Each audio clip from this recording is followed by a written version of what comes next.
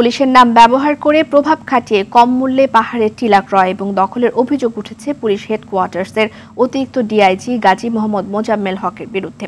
সুনামগঞ্জের সদর উপজেলার রঙ্গাচর ইউনিয়নের বিভিন্ন মৌজায় একাধিক পাহাড়ি টিলা সহ প্রায় ২০০ বিঘা জমির মালিক এই কর্মকর্তা।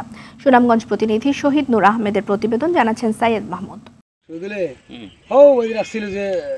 সুনামগঞ্জ সদর উপজেলার রঙ্গাচর ইউনিয়নের বাংলাদেশ ভারত সীমান্তবর্তী গ্রাম চিনাউড়া গ্রামের উত্তর কান্দিগাঁও মৌজার পাহাড়ি টিলায় আনন্দ পুলিশ পরিবার কল্যাণ বহুমুখী সমবায় সমিতি লিমিটেডের সাইনবোর্ড থাকলেও স্থানীয়রা এটিকে ডিআইজির টিলা হিসেবেই চেনেন।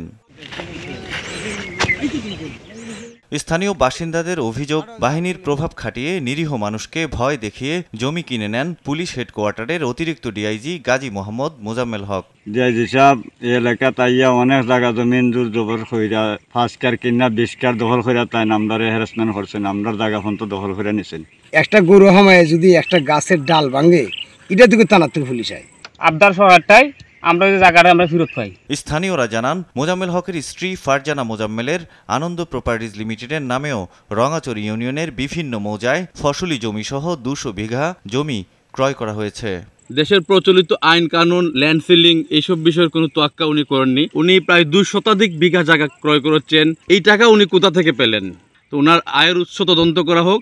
সুষ্ঠু তদন্তের মাধ্যমে দখল হওয়া জমি উদ্ধারের দাবি জানান এই জনপ্রতিনিধি। আমরা যতটুকু জানতে পারছি, খান্দিগাঁও মৌজা, এই লেখান 2 লাইন, বনগাঁও মৌজা, খাসাউড়া মৌজা, এই 3 মৌজাতে তার জায়গা আছে আমরা জানা। ডিআইজির পাহাড়ি টিলা সহ অন্য সম্পদের বিবরণ সংগ্রহে ইতোমধ্যে কাজ শুরুর কথা জানায় প্রশাসন। আমার কাছে এই অনেকে অভিযোগ করছিলেন এই যে বিষয়টা বলছেন এটার বিষয়ে, পরে আমি সদরের ইউনিয়নকে বলছিলাম সরজমিনে গিয়ে বিষয়টা দেখতে। পাহাড়ি টিলার বিষয়ে জানতে মোজাম্মেল হক ও আনন্দ পুলিশ পরিবার কল্যাণ বহুমুখী সমবায় সমিতির কর্মকর্তাদের সঙ্গে বারবার যোগাযোগের চেষ্টা করা হলেও তা সম্ভব হয়নি। সাইয়েদ মাহমুদ, RTV।